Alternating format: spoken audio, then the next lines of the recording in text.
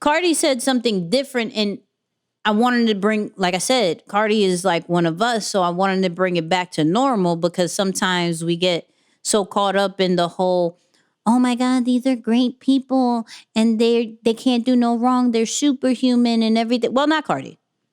Cardi's real. Cardi's real. So let's get into this one. It's not, to me, it's not easy writing because this has been the hardest thing ever. It's not easy writing, and it's not even easy to focus on a song because the type of pressure that everybody has put on me. Like, at first, when I was doing music, it was fun, and I was so eager to get in the studio all the time. Now it's just like I don't know, I get like anxiety when I go to the studio because everybody's just expecting some crazy, amazing magic from me. And it's just like, I want to give y'all what I thought what I like.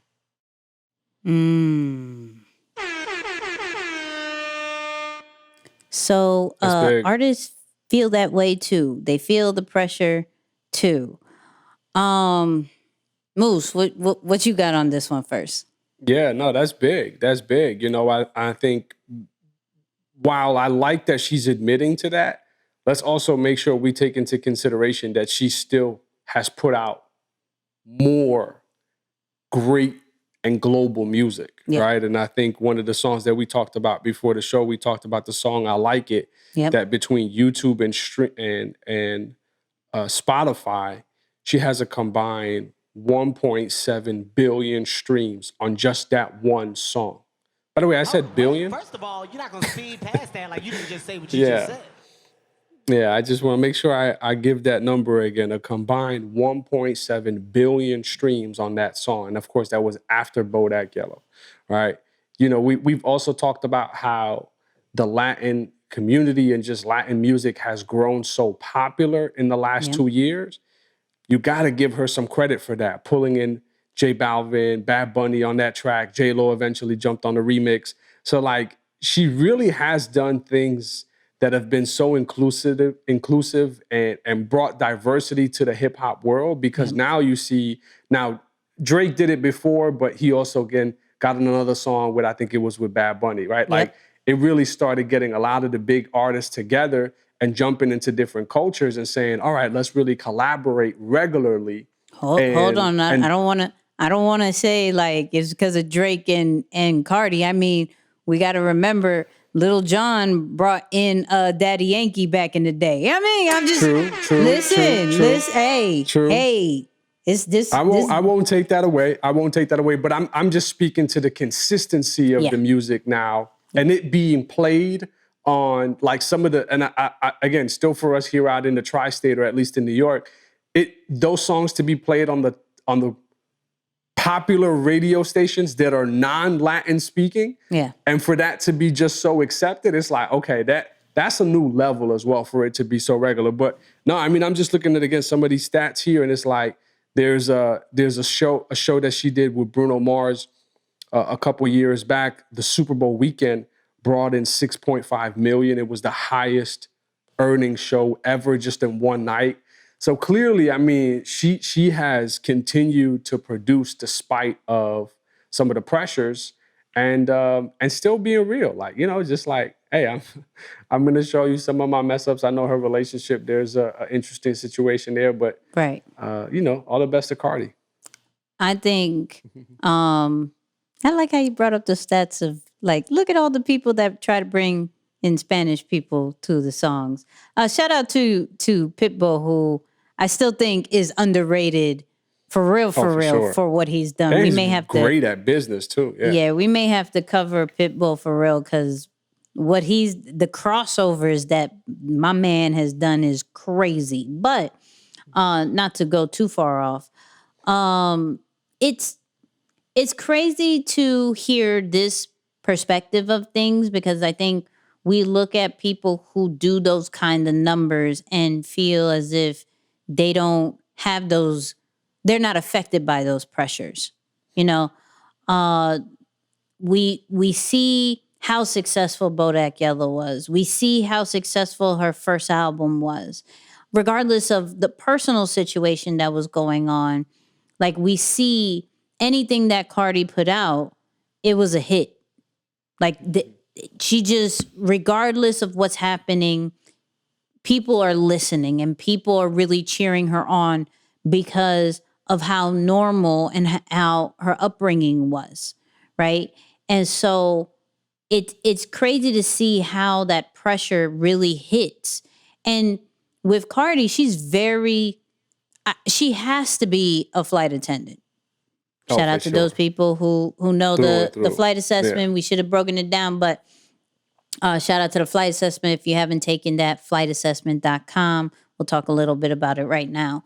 But she has to be a flight attendant because she's very emotional. Like if you look at some of the content that she's put out while she's been successful, like, bump that, even before, prior to, and doing all the rants about some of the comments that she was getting and things like that, to even now still addressing some of the critics and the pressure clearly of what is, like her latest single was Up, and she's still trying to defend what the definition of Up was and who's on, like who was making fun of it or not making fun of it, what influencers got on it and didn't. Like she's forever defending herself still when she doesn't need to. She's proven. Yeah. She has records that no one else has. She has a tribe that can almost go against a Nicki Minaj. That go against, and that's not to bring up no beef, but as strong as some of these female artists have for their tribe, we look at a Rihanna, we look at a Beyonce, we look at a Nicki Minaj, even bringing it back to Lil' Kim, they all had different tribes. Cardi has that tribe that really no one really messes with, right?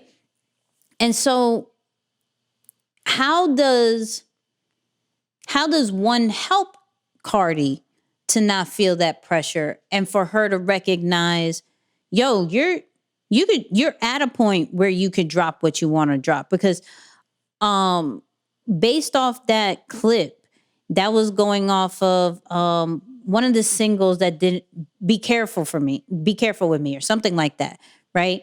Off of her album that gave it a different vibe than what she's normally. I think normally she raps. And this one, it was like kind of like a melody singing and then kind of rapping vibe. And it didn't get the praise as if it was any of her other songs. And we actually haven't seen her do that afterwards, right? But she was like, yo, that's my mom's favorite song.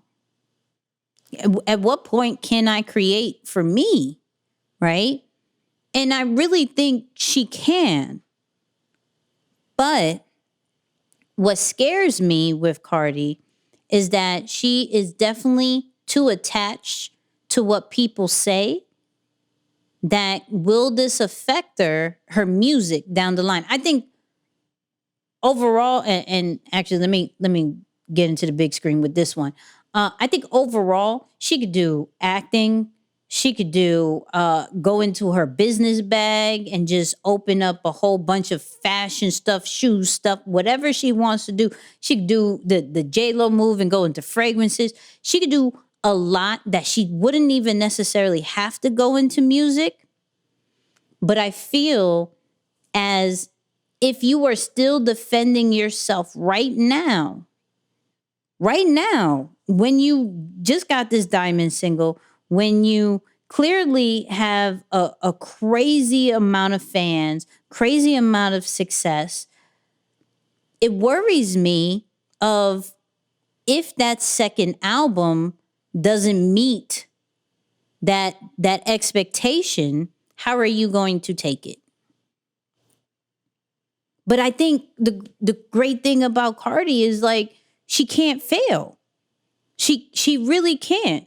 There may be some songs that kind of like hit for a few weeks and then go under the rug. It may not have the same as like what we're used to, but it's still a hit compared to some of these artists that struggle.